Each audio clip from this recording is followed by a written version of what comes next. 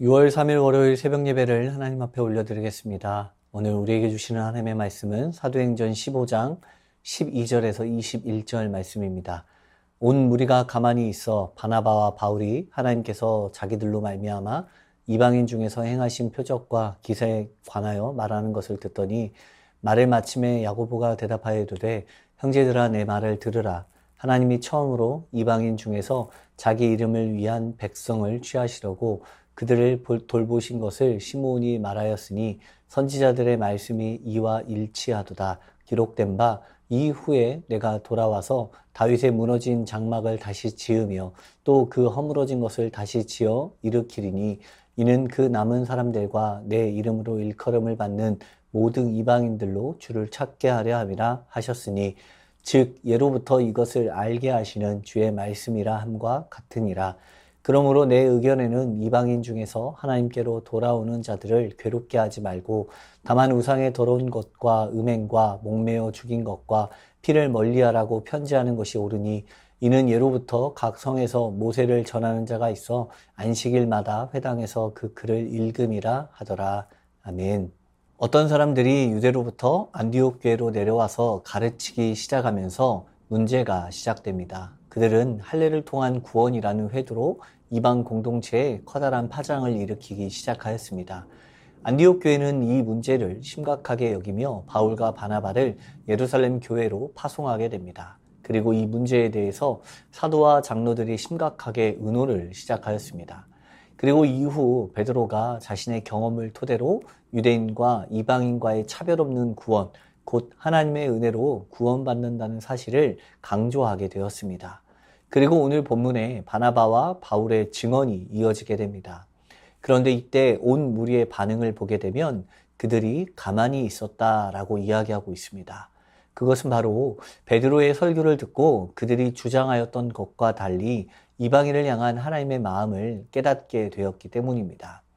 하나님의 은혜로서 이방인도 예수님을 믿음으로 구원받을 수 있음을 알게 되었고 때문에 할례나 모세의 율법의 준수로 구원받는다는 주장을 더는 할 수 없어진 것입니다.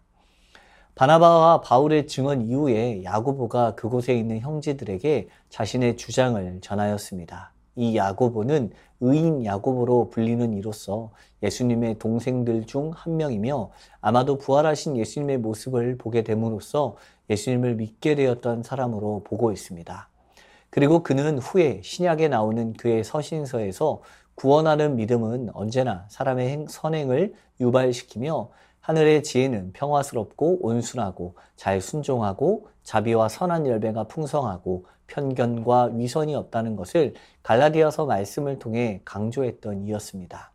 그의 주장은 15절에서 18절까지 구약의 선지자들이 이미 예언한 일이라고 강조하고 있습니다.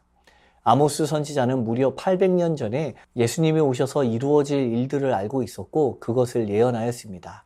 16절에 이후에 내가 돌아와서 다윗의 무너진 장막을 다시 지으며 또 그 허물어진 것을 다시 지어 일으키리니 이는 그 남은 사람들과 내 이름으로 일컬음을 받는 모든 이방인들로 주를 찾게 하려 함이라 라고 이야기합니다. 이 말씀은 아모스 9장 11절에서 12절의 말씀을 인용하여 이야기한 것입니다.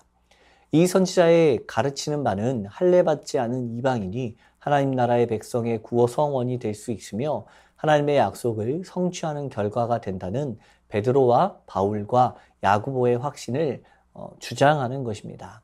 복음에 있어서 이방인들이 포함된 것은 하나님이 뒤늦게 사도들을 통하여서 이야기한 것이 아닙니다.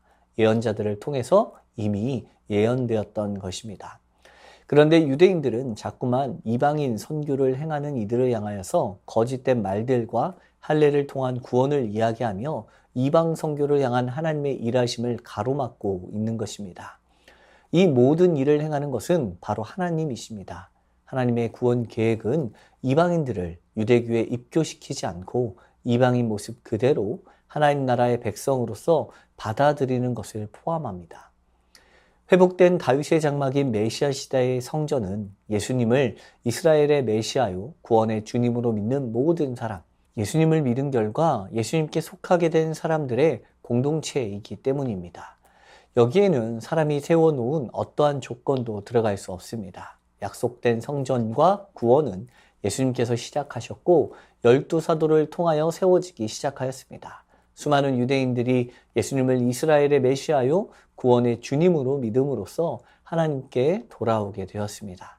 그렇기 때문에 그들이 해야 할 일은 무엇이었습니까? 19절에 이야기하고 있는 것과 같이 하나님께 돌아오는 자들을 괴롭게 하지 말아야 할 것입니다.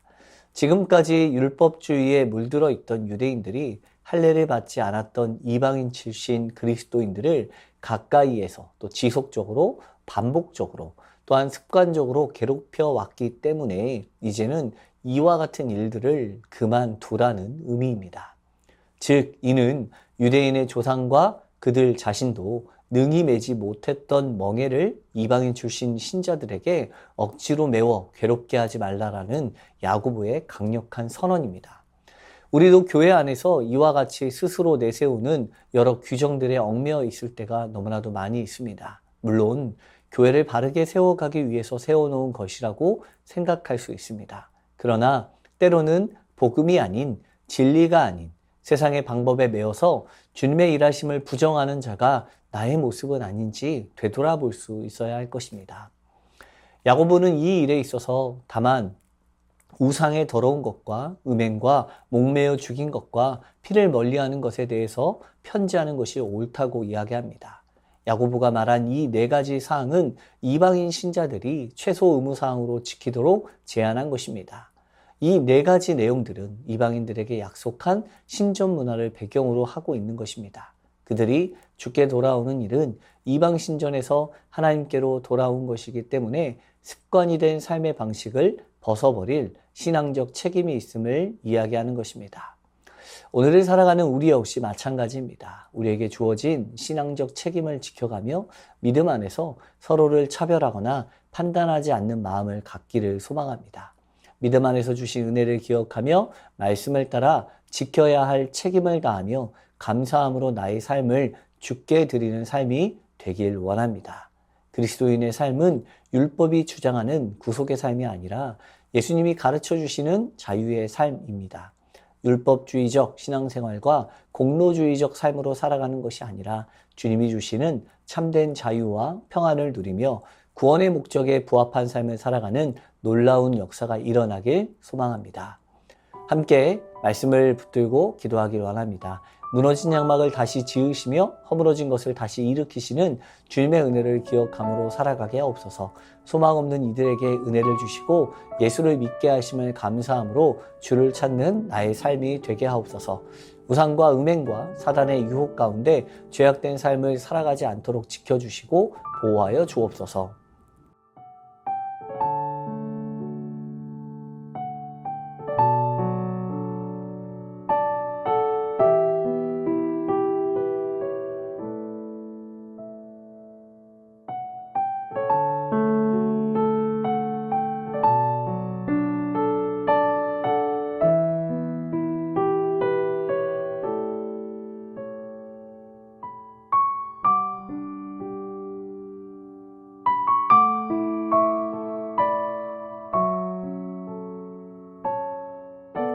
나라와 열방을 위해서 기도합니다. 아시아 태평양 지역의 폭염으로 수백만 명이 어려움에 처해 있습니다. 무더위를 다스려 주시고 이때에도 하나님의 사랑은 변함이 없음을 깨닫게 하옵소서.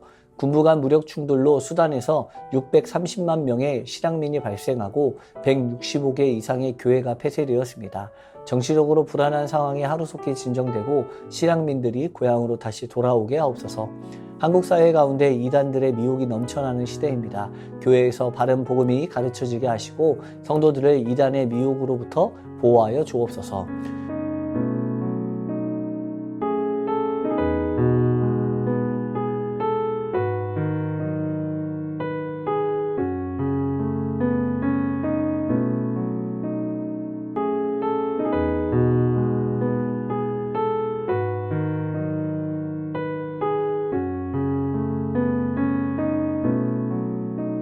교회를 위해서 기도합니다. 모든 성도가 그 무엇보다 예수님을 최고의 자랑으로 여기고 전도 명령과 사랑 명령에 순종하며 표대를 향해 달려가게 하옵소서. 세순의 다음 세대가 주님의 지혜와 능력으로 서게 하시고 우리 자녀들의 믿음이 세상 가운데 증명되어지는 삶이 되게 하옵소서. 담임 목사님과 부교육자 모든 중직자들을 통하여서 오직 사랑 안에서 주님의 몸된 교회를 이루어가는 일에 최선을 다하게 하옵소서.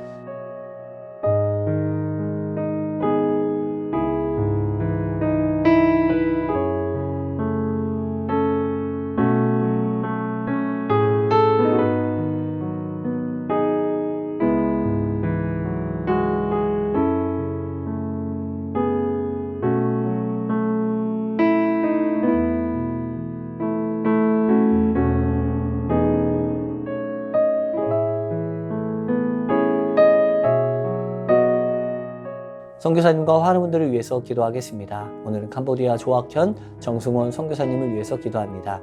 내년 새학기부터 제2외국어로서 한국어반을 시작하게 되는데 잘 준비할 수 있도록 6월 17일부터 21일 필드 선교사 수양회를 통해 위탁과 헌신이 깊어지도록 정승원 선교사가 부친의 20회 방사선 치료를 잘 도울 수 있게 하심 감사하며 이어지는 약물 치료가 도움이 되게 하시고 6월 4일 캄보디아 귀움 이후 간호하는 가족들에게 힘과 지혜를 주시도록 환우분들을 위해서 기도하겠습니다. 배정희 선교사님, 뇌 종양 제거와 뇌출혈을 막는 수술 후 경과를 지켜보고 있습니다. 모든 과정과 결과를 주관하여 주시고 후유증 없이 회복하게 하옵소서. 문금숙 권사님, 림프암 판정받으시고 4주에 한 번씩 이틀간 항암하게 됩니다. 항암을 통해 깨끗하게 치료되게 하옵소서. 정기섭 집사님, 큰 사고 이후 회복 중에 있습니다. 후유증 없이 잘 회복되게 하옵소서. 염점동 집사님, 한 달에 한 번씩 검사를 진행하는데 좋은 결과가 나와서 전립선 암으로부터 완전히 자유롭게 하옵소서. 조국빈 집사님, 직장암 수술 이후 이제 먹는 항암약을 드시고 계시는데 이 항암 과정을 통해서 암세포를 남김없이 제거하여 주옵소서. 한양림 권사님, 목 디스크 통증으로 치료받고 계십니다. 속히 통증이 사라져서 건강한 일상을 회복하게 하여 주옵소서. 최기숙 집사님, 유방암으로 항암 마치고 수술까지 잘 마쳤습니다. 이제 방사선 치료 2월부터 표적 치료 12월까지 하게 되는데 모든 과정 가운데 깨끗하게 치료받게 하옵소서. 김민정 이 집사님, 방사선 치료를 마치고 6월에 피검사를 진행합니다. 검사 결과에 따라서 2차 방사선 치료를 진행할지 결정됩니다. 모든 검사 결과가 하나님의 은혜 가운데 진행되게 하옵소서.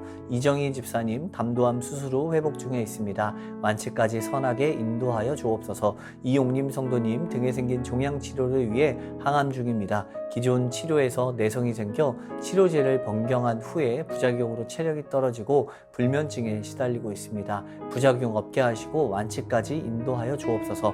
권우순 권사님, 계속되는 항암 가운데 잘 견뎌낼 수 있는 체력 주시고 깨끗하게 회복시켜 주셔서 항암 없이 회복되게 하옵소서. 노성빈 형제님, 크론병으로 인한 주사제 치료를 하고 있습니다. 부작용이 생기지 않게 보호하여 주시고 예배를 통해 하나님과의 관계 또한 회복되게 하옵소서.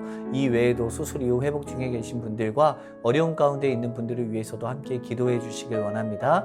이 시간 선교사님과 환우분들을 위해서 기도하다가 개인 기도하겠습니다.